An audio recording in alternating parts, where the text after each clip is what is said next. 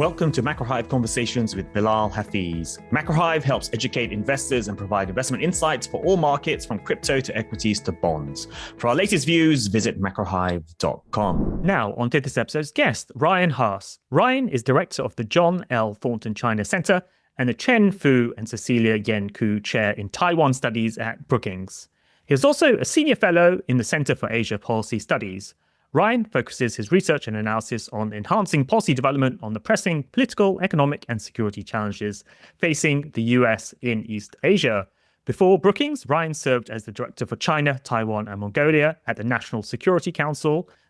And prior to joining the NSC, Ryan served as a Foreign Service Officer in the US Embassy in Beijing.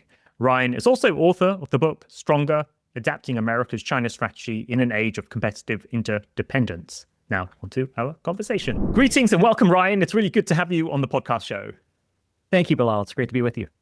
I'm really looking forward to our conversation. But before we start the heart of our conversation, I do like to ask my guests something about their origin story. So it'd be great to hear, what did you study at university? And was it inevitable you would end up in the policy and think tank world? Well, it didn't feel inevitable at all at the time. I grew up in a small town in the northwest corner of the United States, Bellingham, Washington. And my family's occupation was to run a golf course in an agricultural area of the state. And so from those beginnings, the idea of living and working in Washington, D.C. sounded fantastical and far beyond reach. But, I went to university at the University of Washington, my local college in my home state. And as part of that, I studied abroad and lived abroad during summers of my college tenure. And I loved it. And so as I was nearing the end of college and sort of, beginning to ask these questions, what do I do with my life? I sort of was committed to finding ways to continue to live abroad and wasn't sure how best to do so. But one vehicle was to take the Foreign Service test and become an American diplomat. And so senior year of college, on a whim, I signed up for this test at this big hall in the University of Washington. Took the test, thought I absolutely bombed it.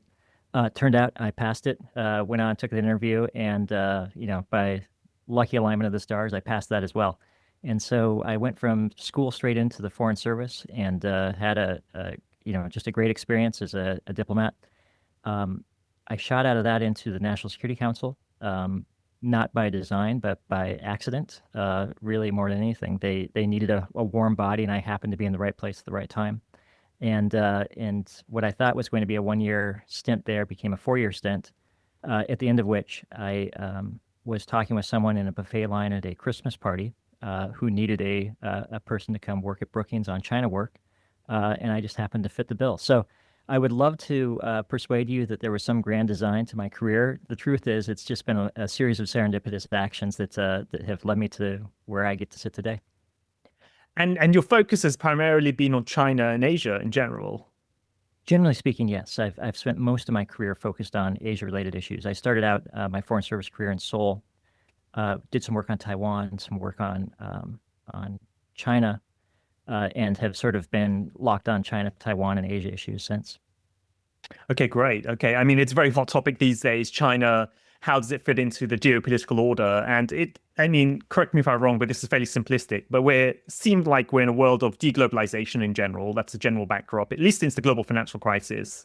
And then we've had a shift in the US administration, which is in some ways appears to be saying that the US is going to withdraw from underwriting the global institutions that we had since the Second World War, and so that brings into the fore what is China's role in the whole game. And so when you think about, say, China in relation to, say, the US, what do you think about are the important things we should focus on? Well, I think that the way you've framed it is exactly right. I think that China is a country with a sense of destiny. They believe that they are returning to their rightful place on the world stage, their historic place at the center of the international system, and that it's just a matter of time before the world is reordered in their preferred fashion. In the case of their approach to the United States, a lot of people in Washington think that the United States and China are on this collision course, where there will be a winner and a loser, and one country will be ascendant and the other will decline. I don't think that that's China's design. I think China would prefer to avoid rather than accelerate into any type of confrontation. And really, what their strategy is, their game plan, as far as I can tell, and I've been looking at this for a while, is to accumulate power to an extent that it is impossible for the United States or anyone else to deny that China is a central leading global power.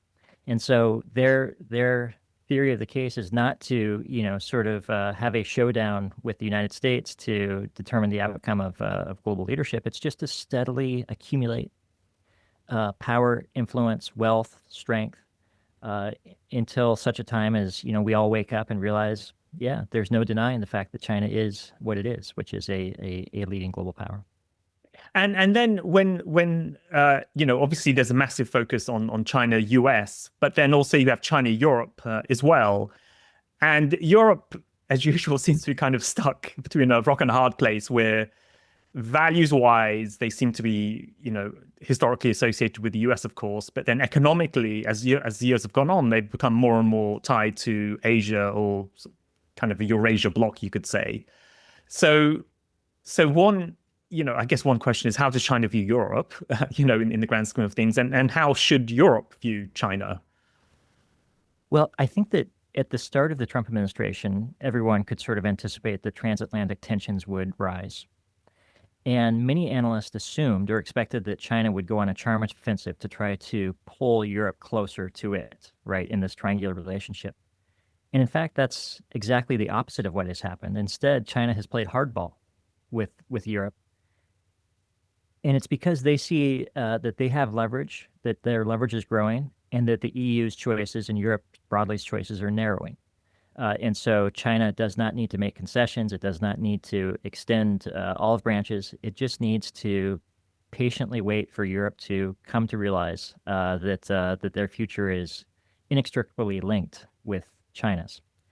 And so that's it offers a bit of an insight into the way that I think China sees the world.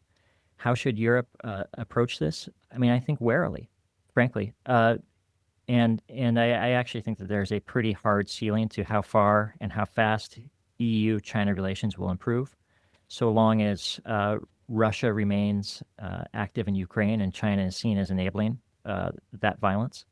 And also, so long as the sort of the avalanche of Chinese exports floods into the European market, putting pressure upon European manufacturing and sort of the lifeblood of many industries in Europe. And if we go back to the US, we've had all these talks of trade deals with China. Recently, we had a call, I guess, between President Trump and President Xi. It seems to be the case that the US is being more careful with its trade negotiations with China. There's these deadlines, but they get rolled over. So it's turning into like maybe a 1 year, maybe a multi-year, negotiation. Much more careful compared to other countries. What do you think? I mean, how do you think this is going to unfold? These trade negotiations? Are we going to get those 60% tariffs, 100% tariffs? Those sorts of things. It's a great question, and predicting the future with Donald Trump is always a difficult task. So I will do this with humility. But I think if we sort of look back on the past 8 months since President Trump returned to office, one thing that we've learned is that President Trump entered office with an assumption that the United States had the upper hand with China, that China's economy was weak, it was brittle, and that if China was just faced with enough pressure, it would buckle to American demands. And the opposite has proven the case. The United States imposed 145% tariffs at one point on China. China retaliated in kind, and also, as a kicker, decided to restrict the export of rare earths and magnets, which really sort of froze up key parts of the U.S. economy. And instead of believing that the United States had the upper hand in leverage, I think that President Trump has sort of overlearned the lesson that China actually has leverage over the United States and has begun to sort of pull back and sound like a very dovish version of his former self in relation to China. I think that President Trump is a deal maker. He's not an ideologue. He doesn't have some grand strategic design of thwarting China's rise or anything like that. He just wants to get the best deal possible for the American people and American workers. And so I think that from his perspective, rather than sort of try to squeeze the Chinese into capitulation, it's better to try to find deal space to extract as much benefit for the United States as possible, and that's where the focus has shifted since April 2nd and the immediate aftermath. And to get to your question, the two leaders spoke recently. They decided that they would meet each other on the margins of the APEC leaders meeting in late October in South Korea. I think it'll be good for the two leaders to sit down face to face and have a conversation with each other. But it is a reduction in ambition from what was being envisioned earlier, which was a trip by President Trump to China. What this means is that I think that the meeting that the two leaders have in late October will be more of a placeholder meeting. They've already announced that they will see each other again in 2026. And China is hosting APEC in 2026. The United States is hosting the G20. So there are natural reasons for both leaders to travel to each other's countries. Neither needs to be seen as making a concession now to make the trip to the other leader's country. And because they have this sequence of meetings stacked up for the next year and a half, I think that China will have a natural incentive to withhold concessions to preserve deliverables for future interactions between the two leaders, rather than the sort of, offload what is available now and have nothing left in the cupboard when President Trump comes calling next year. And the recent interactions that the US and China had, everybody seemed to be focused on TikTok, but it seemed like it was broader than that. It wasn't just a deal on TikTok. There seemed to be a broader sets of conversations. I also note that one of the senior cybersecurity ministers or deputy ministers also attended as well. So it seemed like it wasn't just TikTok that we were talking about at the recent calls. I think you're absolutely right. I think that TikTok is the headline in the American media, and the American media, for better or worse, is sort of very dominant in narrative setting on the global stage. But if you read Chinese media, what they're talking about is not TikTok. I mean, TikTok's just sort of like this peripheral, thing. It's not something that's keeping leaders up at night. What they're talking about is the other side of the conversation that the United States media has not reported much on, which is some type of assurance or conversation about trade and investment barriers, and assurances that the Chinese believe that the United States has provided on either rolling them back or not raising them further. We haven't seen a lot of detail on that yet. But this is in relation to U.S. investment in China, or selling U.S. goods into China, so reducing restrictions on that, is it? Or I think it's both ways. Both ways. Okay. Also, Chinese investment into the United States. But we'll see. We're all speculating at the moment because very little detail has been shared. I guess the point is that from the Chinese perspective, the conversation was much broader than TikTok, even though TikTok was the issue on the mind of President Trump at the time of that meeting. And in terms of the brittleness of the Chinese economy, you're correct in saying that people were writing the Chinese economy off. And again, here we kind of get these polarized, perspectives on China, where a lot of people say it's already Japanizing already. It's aging economy, it's overinvested, it's stagnant, so you can write the economy off. Then there's others who talk about its tech sector. They talk about, the recent book came out about how they're run by engineers, not lawyers, unlike the US, so they're more dynamic, China, so they have a 1,000-year vision and so on. So, how do you think about the Chinese economy? Well, I think that you're absolutely right in the way that you set this up. It is possible to tell a compelling story in both directions. In other words, you can say the demographics are horrible, debt is mounting, productivity is flat, GDP growth is on sort of a secular decline. The sort of the underlying elements of the Chinese economy look pretty shaky. At the same time, you can also tell the story that China is absolutely ripping. The AI sector, clean energy sector, biotech, you sort of drones, you go down the list, electric vehicles, batteries. They're establishing pure dominance on the world stage. And so how do you net it out? I think you have to be able to hold two thoughts in your head simultaneously. And where that leads me is that China is neither on sort of some like hyperbolic linear ascent, nor is it getting ready to crest and then crash. It is going to be an enduring but constrained competitor for a long time to come. They're not going anywhere. They may grow at 3% instead of 5%, but 3% on the base that they're growing from is still pretty significant. The way that I think about it, and it's sort of I'm plagiarizing from Dan Wong, whose book you were just referring to with the lawyers versus the engineers. But, he sort of describes it as 50% of China's economy is pretty crappy, and 5% of it is just extraordinary.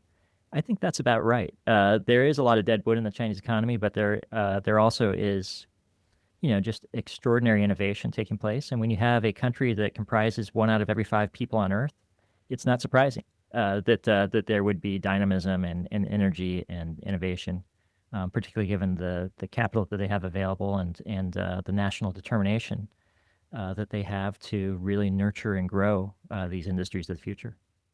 And when I kind of think back to Trump 1.0, and especially Biden, actually, and then now Trump 2.0, there was this kind of national security vision or strategy by the US to curtail the development of the tech sector in China. A very sort of pointed thing around, okay, don't export, don't allow advanced chips to go to China, make sure that it can't manufacture sort of the smallest chips themselves, just slow everything down quite significantly. Do you think the US still has that policy or not? And then also, can China, be at the cutting edge of tech if there are these restrictions? Well, I think that President Trump is probably a little less emotionally invested in the idea of trying to suppress China's rise than maybe Trump 1.0 or the Biden administration was. I think that President Trump is a little bit more pragmatic and practical about it, and he recognizes that China is not going to be slowed or stopped. I think that he has been persuaded by the founder of NVIDIA, Jensen Huang, and others that trying to stifle China's rise is a fool's errand, that it leaves money on the table for the United States, and gives cause for China to sort of accelerate the development of its own competitors to U.S. national champions. And, we can sort of debate whether that's right or wrong, but I think that that's basically where he is. And if you look at the record of recent years, I can understand how he got there. I think that the Biden administration oversold and underdelivered on what export controls could achieve, and we're living in that reality now. And the thing that kind of looms large whenever you have a conversation about China is its relationship with Taiwan. It's always kind of lingering in the background. Is that going to become a geopolitical flashpoint, or is this something that will just sort of bumble along in the background somehow? Obviously, Taiwan itself has interesting shifts in its relationship with China, where it seems, correct me if I'm wrong, but it seems to be a bit more not aligned, but sort of turning a bit more towards China or less anti-China in more recent years. How do you think dynamics are between China and Taiwan at the moment? Yeah, it's a great question. It's something that we should sort of revise our priors on regularly. But the way that I look at it now is that China, we should not doubt China's bloody-minded determination to try to take back or get back Taiwan, to unify Taiwan with the mainland China. But I do think that China's strong preference is to try to do this peacefully with the island's economy, its technology, and its human capital intact. I think that they would much prefer that than sort of a smoldering wreckage that they occupy. And to do that, I think that the people in leadership positions in China are working very hard to try to persuade the Taiwan people that resistance is futile, that there is no path to peace and prosperity that does not run through Beijing, and that the sooner the people of Taiwan sort of accept that reality, the quicker that everyone can get along with building the future that they seek. Now, at the same time, China is also building massive military capability. But I think that the capability that they're building is sort of to reinforce their message, and also to be prepared to block any moves by Taiwan towards independence or permanent separation. But, just to go back where I started, I think that the center of gravity for China is the psychological will of the people of Taiwan. I think that they are trying to erode any sort of resistance in Taiwan to a perception that they're trying to develop that the future is foretold and it's just a matter of time. And within Taiwan, what's your sense of like the political currents there? What's public opinion towards China? Is there generational differences? The younger demographic versus the older demographic. How should we think about Taiwan? Well, Taiwan, I think that you're absolutely right. Younger people in Taiwan have less emotional connection to China than older people, some of whom either immigrated from mainland China to Taiwan or their parents immigrated. And so there's more of a sense of Taiwan identity amongst younger people than there is older people. But I was really struck by a recent opinion poll that was done that asks the people of Taiwan, do you prefer the status quo? In other words, do you want to just keep things the way that they are now? And over 80% of the people of Taiwan said yes. And then the second question was, do you think it will be possible in the long run to preserve the status quo? And only 20% of the people in Taiwan said yes. And so I think that that's an important data point because it provides sort of evidence to leaders in Beijing. They can tell themselves a story that their strategy is working. And importantly, that I think it reduces a sense of urgency on the part of China because they feel like, trends are moving in their favor. They would prefer Taiwan to remain intact in the dynamic way that it is. And why would you blow that all up if you didn't need to? And the other thing people are focused on is China forming an Asia alliance. So are their relations with India improving? Are their relations with Japan? I guess I don't know how to characterize that. Is that getting from rock bottom to slightly less rock bottom, or in terms of the power players within Asia? So let's say India and Japan as kind of two sort of bellwethers, you could say. Do you think something has changed there, or is this just more kind of talk than action? Well, I think that the China-India relationship is probably mellowing from where it was a year ago at this time. But I think it's mellowing with a pretty low ceiling. In other words, the types of things that are being discussed between leaders in Beijing and New Delhi are, should we resume issuing visas to each other's citizens? Should we resume direct flights between our two countries? Should we allow journalists from your country into ours and vice versa? So this is pretty low-hanging fruit. I wouldn't yet jump to the conclusion that there's some grand strategic realignment that is underway in front of our eyes. And in the case of China and Japan, I think that there's still a lot of lingering historical baggage that serves as an impediment to any dramatic improvement in relations. But underlying all this, I think that we also need to accept a certain reality, which is that the less dependable people perceive the United States to be, the more incentive they will have to try to find ways to lower tensions and build more manageable relationships with China.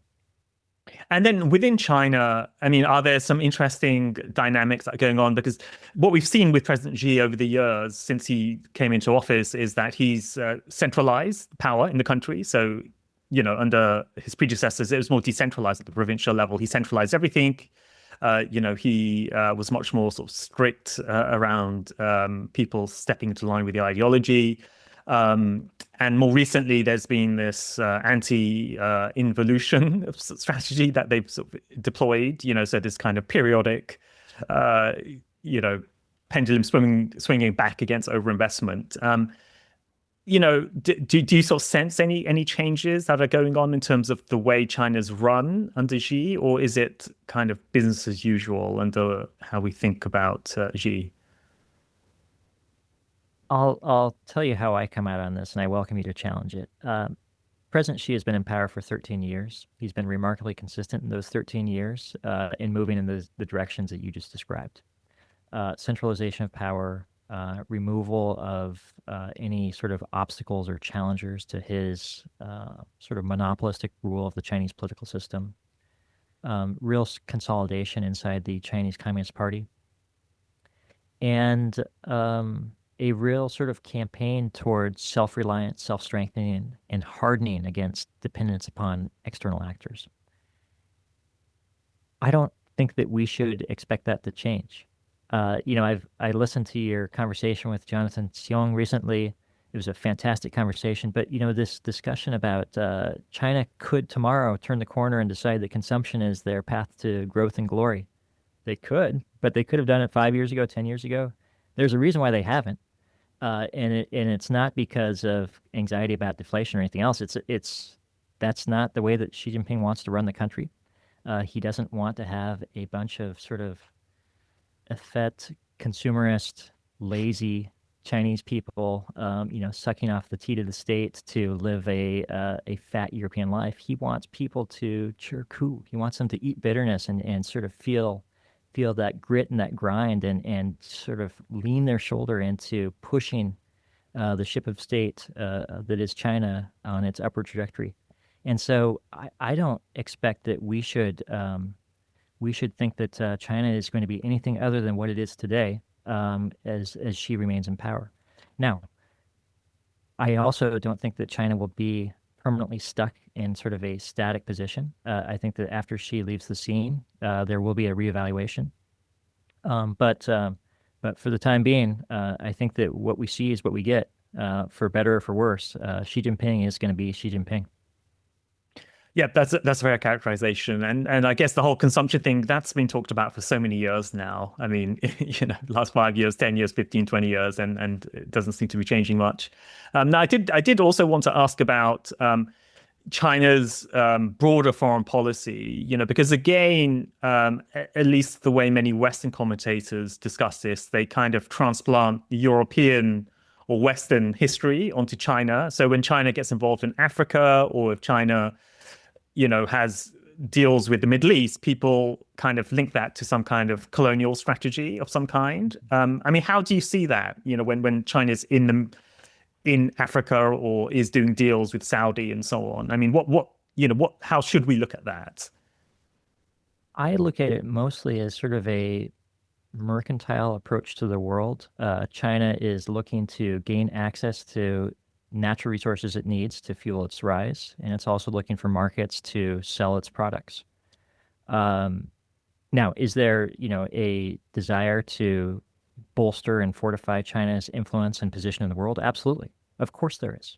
But I don't think that China is looking to, take over Djibouti or anything like that. I think that to the contrary, they don't want to assume other people's problems. They have plenty of their own, managing a country of 1.4 billion people, and that's part of the reason why China also doesn't have any alliances, because they don't want to take on the responsibility of defending anyone else. So China, in a sense, is sort of a selfish superpower. They are looking out for themselves, their own interest. They are not looking for a head-on collision with the United States. They are looking for opportunities to sort of strengthen their position, to grow their economy, and to trust that over time it will just become an inevitability that the world will come to recognize China as a central and leading power. And things like the currency, there's been a lot of talk about China trying to internationalize their currency, the renminbi dislodging the US dollar. It's kind of growing, the use of renminbi, but it's nowhere near displacing the dollar. There's also a talk about the size of the Chinese trade surplus as well. When you think about that side of the equation, I mean, do you think obviously the US has a view on this, but does China have a view on this as well, that it wants a smaller trade surplus? Does it really want to internationalize renminbi or not? Well, I think that China would like to see the dollar dethroned. I don't think that they appreciate sort of the centrality of the US dollar in the global financial system. But I'm not convinced that China is prepared to allow capital convertibility in order to get there. And without capital convertibility, I just think that there are hard limits on how internationalized the renminbi can become. So, yes, sure, China would prefer a more multipolar, fair, in their eyes, international system where the United States is not able to abuse the exorbitant privilege of the dollar centrality to impose its will on other countries and use what they refer to as long-arm jurisdiction to influence and pressure other countries to do its bidding, but not at the expense of sort of loosening their grip of control on events inside China and the Chinese currency. And you produce a lot of research and a lot of analysis. I mean, what types of topics do you think people are underappreciating that you've been looking at of late? Well, I guess I would sort of put my finger on two things that I noticed. The first is sort of this hope for rainbows arising out of China. as we were talking about a moment ago, I think that Xi Jinping is, he's 70-plus-year-old guy who's been in power for a long time. He's pretty set in his ways. And he has a view that in order for China to be strong, it must have a strong Chinese Communist Party. In order to have a strong Communist Party, you must have a strong leader. And he was put on God's green earth to be that leader. So I think that he's pretty committed to that. And so I say that not to try to disabuse any ambitions or optimism that people have towards China, but just to try to right size or just level set what we should expect as long as she is in power. The second thing that I struggle with sometimes with some of the analysis that I read from some of my peers and friends is sort of this, and I'm sounding a bit contradictory here, Bilal, but a desire to sort of straight line China. In other words, that China will always be and will always proceed upon the path that it's on. As I look at recent Chinese history and also the history of the U.S.-China relationship, I mean, what I see is a series of zigs and zags. They go a certain direction, they overshoot, they recalibrate, they adjust, they maybe overshoot in the opposite direction, and so there's this constant calibration that's underway. China is a behemoth, but it is not a monolith, and there are still plenty of debates, plenty of discussions about the future of China, where China goes from here. I think of the Chinese leadership selection process a little bit like the selection of a new pope. You choose a new leader to correct for the excesses of the outgoing one. And so we'll see whenever the time comes for Xi Jinping to step down, step back, or pass away. What comes next? But I'm not yet persuaded that we should just sort of be resigned to a notion that China forevermore will be the China that exists in September of 2025. That's excellent. Now, I did want to round off with a couple of more sort of fun questions. One is some portion of our audience are young still, and they're at university. They'll be graduating. They may have really graduated or soon to graduate. Next academic year. What advice would you give youngsters as they leave university and think about the real world? Well, I guess I would sort of acknowledge the reality that the world is just changing so rapidly in front of our eyes, and artificial intelligence is just going to change the nature of work. But I think that, at least I hope, there will always be a place for creative, original thinkers who are capable of working well with others. And to the extent that you can build that tool set, I think that you will be in constant demand for the rest of your professional career. That's great. And then on the book side, I see that you do have a bookshelf behind you. What are some of the books that influenced you? Well, it's a great question. I would start, I guess, with Present at the Creation by Dean Acheson. He was a former Secretary of State around the time of the end of World War II. And then there was another book that's sort of similar genre, similar time period, called The Wise Men. And both of these are stories about how U.S. diplomats and leading thinkers at the end of World War II built an international system that sort of locked in place America's centrality in the international system for the next 70 plus years. And it's a story that shows that far-sighted creative thinking can really have outside benefits for the American people. The other book that I would sort of throw into the mix is a book called The Ambassadors by Robert Cooper. And this is a book that sort of details in vignettes these leading thinkers of their time, from Machiavelli all the way up to Kissinger and everything in between. And what it shows is that these people's views were not always popular, but they were transformative. And that sort of trend hugging is comfortable, but it's ephemeral. If you want to have an impact, if you want to make a difference, then you got to think differently than the rest of the herd. No, that's fantastic. And finally, Ryan, what's the best way for people to follow your work and to reach out to you? Well, I'm on Twitter. I guess it's now called X, at Ryan L. Hass, and also have a meager following on Instagram. So I'd certainly welcome engagement on either of those platforms. That's fantastic. So with that, thanks a lot, Ryan. It's been fantastic speaking to you, and good luck with all of the work that you're doing. Thank you, Bilal. Thanks for listening to the episode. Please subscribe to the podcast show on Apple, Spotify, or wherever you listen to podcasts. Leave a 5-star rating, a nice comment, and let other people know about the show. We'd be super grateful. Finally, sign up for our free newsletter at macrohive.com/free. That's macrohive.com/free. We'll be back soon, so tune in then.